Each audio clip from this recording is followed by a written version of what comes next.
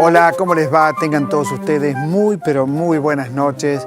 Aquí comienza, por supuesto, Otra Trama, programa que hacemos hace 13 años en la televisión pública y de manera ininterrumpida. ¿Y por qué digo esto de entrada? Para contarles que hemos tenido distintos horarios en la programación del canal y a partir del viernes próximo tenemos un horario que nos gusta, que es el viernes después de la medianoche a la 1 de la mañana, porque el sábado se puede dormir, por lo tanto el viernes se puede ver el programa. Así que a partir de esta semana cambia el día, no es más hoy domingo, sino que lo transmitimos a partir de los viernes a la 1 de la mañana y lo repetimos al programa el domingo a la madrugada o después de la medianoche repetimos el programa. O sea que nuevo horario, anótelo, recuérdelo, viernes 1 de la mañana. Bien, dicho esto, les cuento que hoy está con nosotros la escritora mexicana Laura Esquivel y les muestro el libro de Laura Esquivel y una propuesta muy, muy difícil. Yo sinceramente, aunque conozco el libro, no creo que sea tan fácil de lograr, que es un cambio interno a partir de cambiar el guión de la propia vida. Más me suena como libro de autoayuda. De cualquier manera, esto se lo dije a ella, no crean que no, le dije perdón. Esto es autoayuda, porque ya ustedes saben que detesto los libros de autoayuda, los que me conocen lo saben. Pero vamos a hablar con Laura Esquivel, escritora mexicana, que explica muy bien lo que se ha propuesto hacer en este libro. La verdad que lo explica muy, muy bien. En este programa también les cuento y les muestro ya mismo el libro.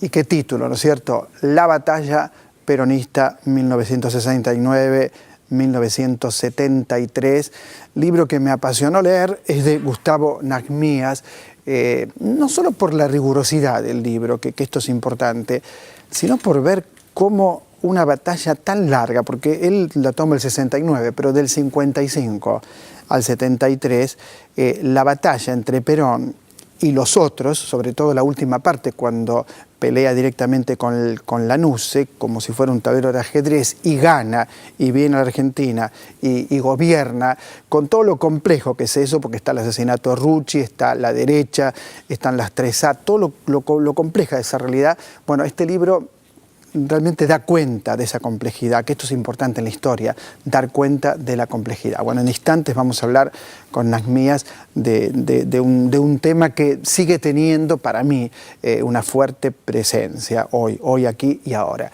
Y el teatro no puede nunca faltar en mi programa, sobre todo el teatro que está en los márgenes, ese es el que no puede faltar en mi programa, porque uno con el teatro comercial se decepciona mucho. Ni les cuento lo que me pasó con Escenas de la vida conyugal, pero se los voy a contar. Todavía me estoy preguntando de qué se reía el público. Todavía estoy tratando de reunirme con amigos y preguntarles, por favor, explíquenme, en un divorcio terrible, gente que se agarra a trompadas, marido y mujer en el día que firman su divorcio, una tragedia y todo el público del Maipo riéndose. ¿Por qué? Bueno, yo les voy a contar lo que yo pienso, al menos, con Ricardo Darín y Valeria Bertuccelli. Son temas del programa. El grupo que hoy está es el grupo de La Verdad, con un gran director de teatro que es Bernardo Capa, a quien conozco hace mucho, y un espectáculo muy, muy potente que dice mucho sobre las triquiñuelas de la verdad, ¿no? Uno se pregunta, ¿qué cosa es la verdad? ¿Qué es lo sólido de todo lo que estamos viendo en ese momento y cómo ese adentro del teatro tiene una repercusión muy fuerte en el afuera? Yo les diría que el espectáculo creció cuando me fui del teatro. Mientras lo veía lo disfrutaba, pero posteriormente cuando empecé a pensarlo tuvo una impronta mayor. Bueno, el elenco de Bernardo Capa está aquí con nosotros hoy en nuestro programa. Y ya mismo voy a saludar a Gustavo Nagmías. Gustavo Nagmías, ¿cómo te va? ¿Cómo estás? ¿Qué tal? De la Unidad Imposible, ¿es cierto? es cierto, de la unidad imposible la violencia política. Si no hay unidad, probablemente haya violencia. ¿Cómo lo ves? Y el concepto, digamos, de la bajada, digamos, de lo que sería el título, básicamente, tiene y responde a esa aspiración que tenía Perón desde su exilio, de poder concretar y lograr esa unidad. Una unidad de un peronismo diverso, muy heterogéneo, un peronismo que fue atravesando diferentes etapas, como bien vos señalabas, desde el 55 en adelante, en sus distintas ramas y agrupamientos políticos y también los agrupamientos armados. Lo que me interesaba de la investigación, que es una investigación de una tesis de doctorado que llevó su tiempo y de hecho solamente podía ser realizada, sin esa obsesión no podía haberse llevado adelante.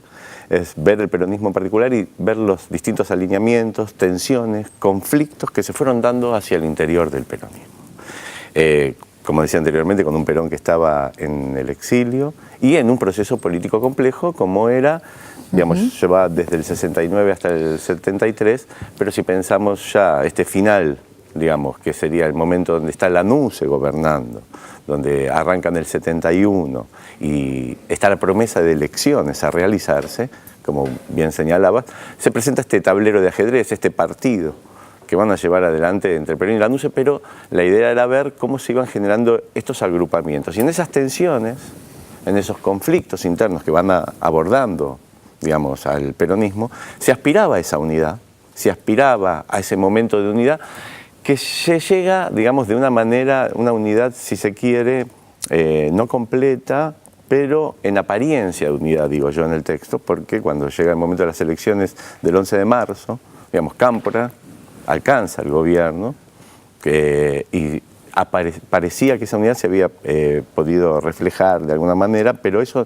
no se da.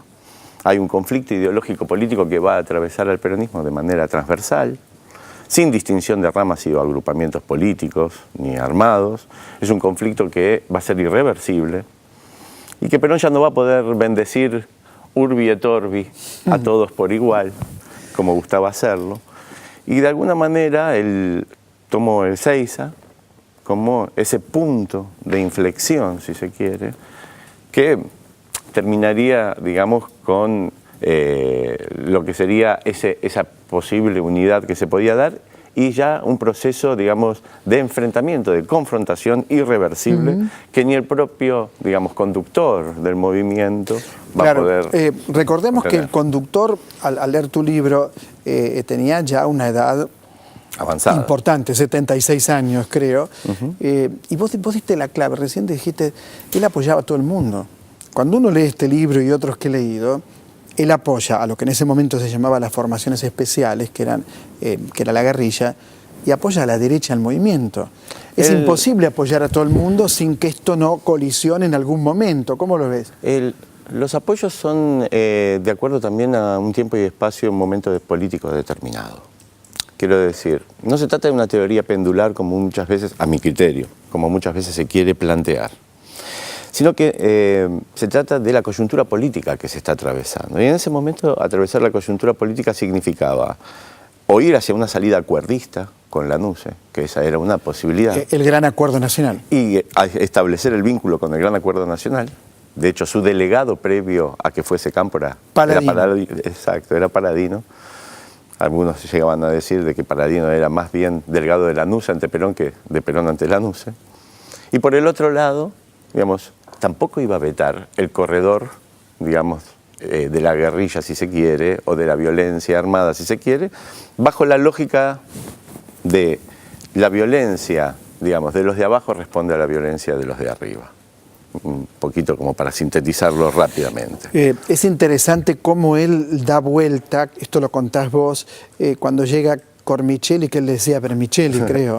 Claro, es un enviado que manda a Lanusse porque era necesario e imprescindible saber cuál era la posición que iba a tener Perón en relación a la salida electoral y si él se iba a expresar en contra de la violencia. Perón no va a expresarse. No en ese momento, y menos sí en el 74. Exactamente, ya el 73, con su llegada al país, sí. Con su llegada al país, sí, pero ya estaban desatadas las pasiones en ese momento, ¿no? Bueno, y ahí hay para mí, esto es una opinión, ¿no? Un matar a Rucci, ¿no? Esto es un error que cometen, me parecen, los montoneros, un error descomunal, porque esto, más que calmarlo Sí. a Perón, lo exacerba. En algún momento, no sé si es en tu libro, creo que es en tu libro, donde él te estaba muy, muy cerca de Rucci. Sí, él estaba muy cerca de Rucci. De hecho, Rucci había sido designado secretario general después de la muerte de Bandor, un año después de la muerte de Bandor. Bandor es asesinado en el 69 y en el año 70 Rucci asume, estuvo un año en la CGT sin secretario general. Lo que se da como, digamos, como singularidad, si se quiere, dentro de lo que sería el ámbito sindical, es la posibilidad de... El periodo de Bandor se caracterizó, digamos, como señala James, ¿no? Que fue de la resistencia a la integración. Bueno, Bandor era la integración, digamos, con gobierno militar y demás, algunos se llaman colaboracionismo. Peronismo sin Perón. O un peronismo sin Perón. De hecho, bueno, hay una revista que estuve hojeando que Perón mueve la dama, señalaba la revista Primera Plana, cuando Perón tuvo que mandarla a Isabel en las elecciones de Mendoza, entre Corbalán Clares y Cerú García.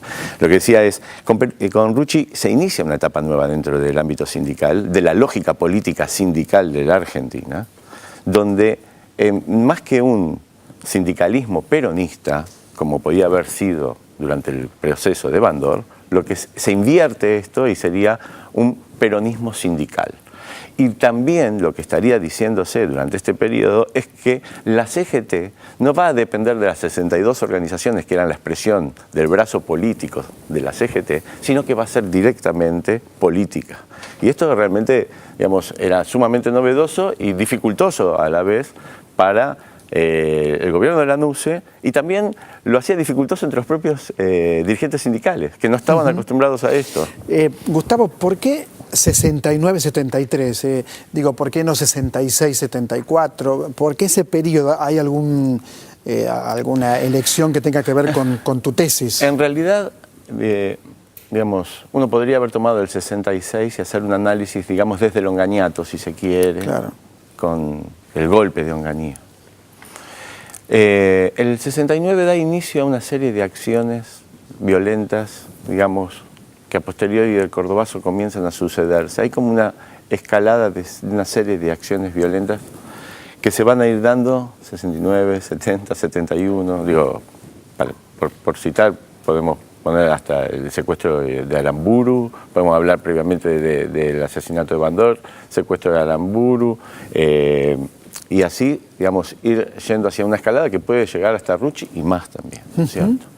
Me pareció que era un periodo interesante porque está dando cuenta del aspecto previo a esa jugada que se va a plantear con lo que sería el GAN, el Gran Acuerdo Nacional, con lo que sería, digamos, las elecciones que fueron arrancadas en este caso por Perón y también por una multipartidaria de esos años que luchó para que se trabajaste mucho con los diarios de la época, con revistas, con La Opinión. Eso la pasé muy bien porque el diario La Opinión me pareció sumamente interesante. Porque analizaba, ¿te acordás que analizaba los fenómenos? Y claro, bueno, esa era la particularidad que tenía el diario, ¿no? Más que la noticia, lo noticiable era la interpretación de ese hecho inserto en un momento histórico determinado, y eso lo volvía sumamente interesante. El espíritu de época fue a través de ciertas entrevistas, ¿no? Con la particularidad de poder, digamos, entrevistarme con algunos personajes de la época que me podían dar cuenta de ese aire, de ese aroma de época. ¿Sabés lo que tiene tu libro que a mí me gusta mucho? Que si bien es una tesis, está dirigido a un público, digamos, como yo, que no soy historiador y que lo leo, lo entiendo, lo disfruto, aprendo. Me parece que ese es un gran mérito. ¿Te lo propusiste así? Me lo propuse así, pero también tuvo mucho que ver después en la publicación, la editorial. En esto, nobleza obliga. Sí, Fagnani edita Fagnani tiene una manera de leer muy particular. Muy particular, y realmente desde ya agradezco infinitamente el apoyo que me dieron, digamos, para poder llevar esta publicación adelante, por supuesto, pero tratando de que sea un libro accesible, digamos, en su lectura, ¿no? Y lo es. Quizás lo más triste es que uno, leyéndolo, percibe lo que va a venir. Como que lo que va a venir, digo, a partir del 76.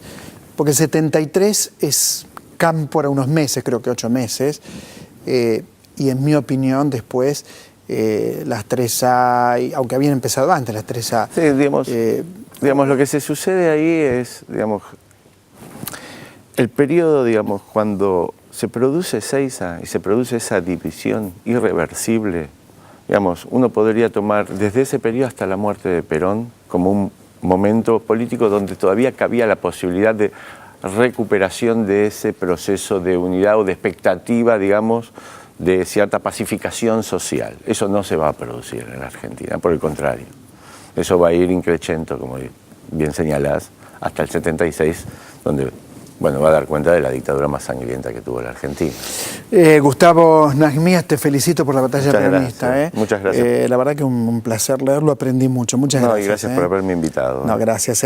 Encuéntrese con el libro, aprendemos todo el tiempo leyendo estos libros y cuando, insisto, cuando están escritos en un lenguaje llano y no por eso superficial, sino todo lo contrario, más bien mucho más profundo incluso para mí que algunos papers académicos, es un enorme placer. Hay mucho material, pero mucho material en el programa de hoy.